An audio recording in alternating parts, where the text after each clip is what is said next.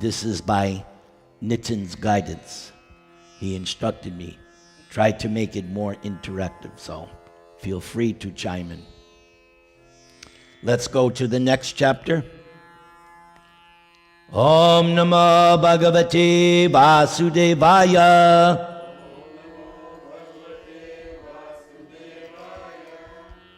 Om Namo Bhagavate Vasudevaya. Om Namo Bhagavate Vasudevaya. Chapter 19. Vamana-deva begs charity from Bali Maharaj. This 19th chapter describes how Vamana-deva asked for 3 paces of land in charity, how Bali Maharaj agreed to his proposal, and how Shukracharya forbade Bali Maharaj to fulfill Vamana-deva's request. When Bali Maharaj, thinking Vamana-deva to be the son of a Brahmin, told him to ask for anything he liked, Vamana-deva then praised Hiranyakashipu and Hiranyaksha for their heroic activities. And after thus praising the family in which Bali Maharaj had been born, he begged the king for 3 paces of land. Bali Maharaj agreed to give this land in charity, since this was very insignificant. But Shukracharya, who could understand that Vamana-deva was Vishnu, the friend of the demigods, forbade Bali Maharaj to give this land. Shukracharya advised Bali Maharaj to withdraw his promise. He explained that in subduing others, in joking, in responding to danger, in acting for the welfare of others, and so on, one could refuse to fulfill one's promise, and there would be no fault. By this philosophy, Shukracharya tried to dissuade Bali Maharaj from giving land to Vamana-deva. So before I ask for your comments, I want to add some more details to this chapter. So point number 1, Vishnu has disguised himself in this form of Vamana-deva. He's a dwarf Brahmin. So he's in disguise. Bali Maharaj is doing the sacrifices. The reason why he's doing the sacrifice, because when Bali took over the kingdom of Indra, kicked the demigods out, the Brahmins told Bali, if you want to sit on the throne of Indra, you have to do 100 horse sacrifices, just like Indra is famous for. So if you want to, and we'll help you, the Brahmins said, we'll help you. So Shukracharya is the Purohit, the priest. But Shukracharya, he's even mentioned in Bhagavad Gita. In Bhagavad Gita, he's known as Ushana, the great thinker. So he represents one of Krishna's opulences. So Shukracharya, he is the guru for all the demons. And whenever I speak, I point this out to people. Even the demons have enough intelligence to have a guru. Everybody should have a guru. Yes. So, Bali Maharaj sees the young Vamana coming. And Vamana looks very, very beautiful.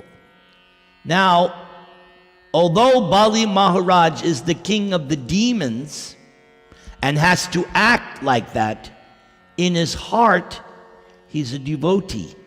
Why? He's the grandson of Prahlad. So naturally, he is born with devotional sentiments, but he's in that position as king of the demons, so he has to play the role. But in his heart, he's a devotee. So when he sees this Vamana, he doesn't know that Vamana is God. He just sees, oh, this brahmachari has come. He's very attractive. Bali Maharaj, he's the king of the universe now. So Bali, the time of the sacrifice, it's appropriate at the time that Vamana-deva came, it was appropriate for Bali to give charity. Vamana-deva is very smart. He knows when to appear. So he appeared just at that moment when it's customary you give charity. So Vamana-deva says, I just want 3 steps of land. And Bali says, come on, I can give you your own planet. I can give you a wife. I can give you anything. And then Vamana-deva says something very, very significant, which is a good lesson for all of us. Vamana-deva says, if I'm not satisfied with 3 steps of land, I won't be satisfied even if I had the whole universe, which is like a double entendre. But he's teaching us a lesson that greed, there in the Bhagavad Gita we will learn in chapter 16, 3 gates lead to hell: lust, anger, and greed. So a spiritual person learns how to be satisfied with whatever Krishna provides. He's not lazy, he works, but the devotee thinks, or the Brahmana thinks, okay, this is what Krishna has given me, I should somehow or other be happy. If Krishna gives me more, fantastic. But if not, I should learn how to be satisfied in my situation. But a person who always wants more and more and more, they'll never be happy. So that's a spiritual lesson. Learn how to be happy with what you got.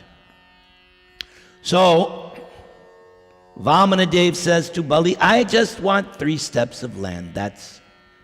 And also, Vamana-deva was smart. He told Bali about his ancestors, showing that he knew. And in the description, Vamana-deva is, how should I say, he's being very clever. He says to Bali, oh, Vishnu was very afraid of Hiranyakashipu. That's not really true. But from one angle of, yes, why? Because Vishnu hid himself in Hiranyakashipu's heart. So externally it looked like Vishnu was afraid of Hiranyakashipu, but that wasn't. But externally, so he was glorifying, and he said, yes, Hiranyaksha, he fought with Lord Boar, and it was a very, very long, hard-fought fight. But of course, Lord Vishnu came out successful, also with Hiranyakashipu, but he didn't talk about that. He simply wanted to glorify his ancestors. In other words, butter him up. That's called flattery. I am very expert at that. That is how I got wherever I am. Flattery works every time. So Vamana-deva, I learned it from studying Vamana-deva. So Bali Maharaj says, yes, okay, I will give the 3 steps of land. But Shukracharya, he knows that this is Vishnu in disguise. And Shukracharya is thinking, you fool, with 3 steps, he's going to take everything away. We're going to lose everything. So Shukracharya, he knows all the scriptures. So he quotes from the Vedas. No, you don't have to give your promise. He gives all these, it was mentioned. He gives all these reasons. This instance, it's okay to break your promise. So Shukracharya is king of demons too? No, he's the guru. He's the guru of Bali. Yes, he's the guru. Because you read in the beginning, in the previous chapters, the demigods and demons fought. Bali died in the fight. But Shukracharya, by his potency, rejuvenated him, as well as other demons who had died in the fight. By Shukracharya's powers, he revived them. So if somebody brings you back to life, you're indebted to them, right? So Shukracharya is now right?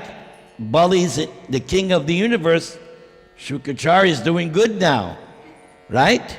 Nobody wants to, like you got a good job now. Did you take the new one? Not yet, but you're about to. But you don't want to go back to taking care of Tommy's, right? No, you don't want that. So, they've achieved the biggest thing here, that they're ruling the universe. Indra rules the universe. He's king of the universe. So Shukracharya is his guru, and even though they're demons, still they have to do ritualistic ceremonies. So Shukracharya fulfills that position. Okay? Now,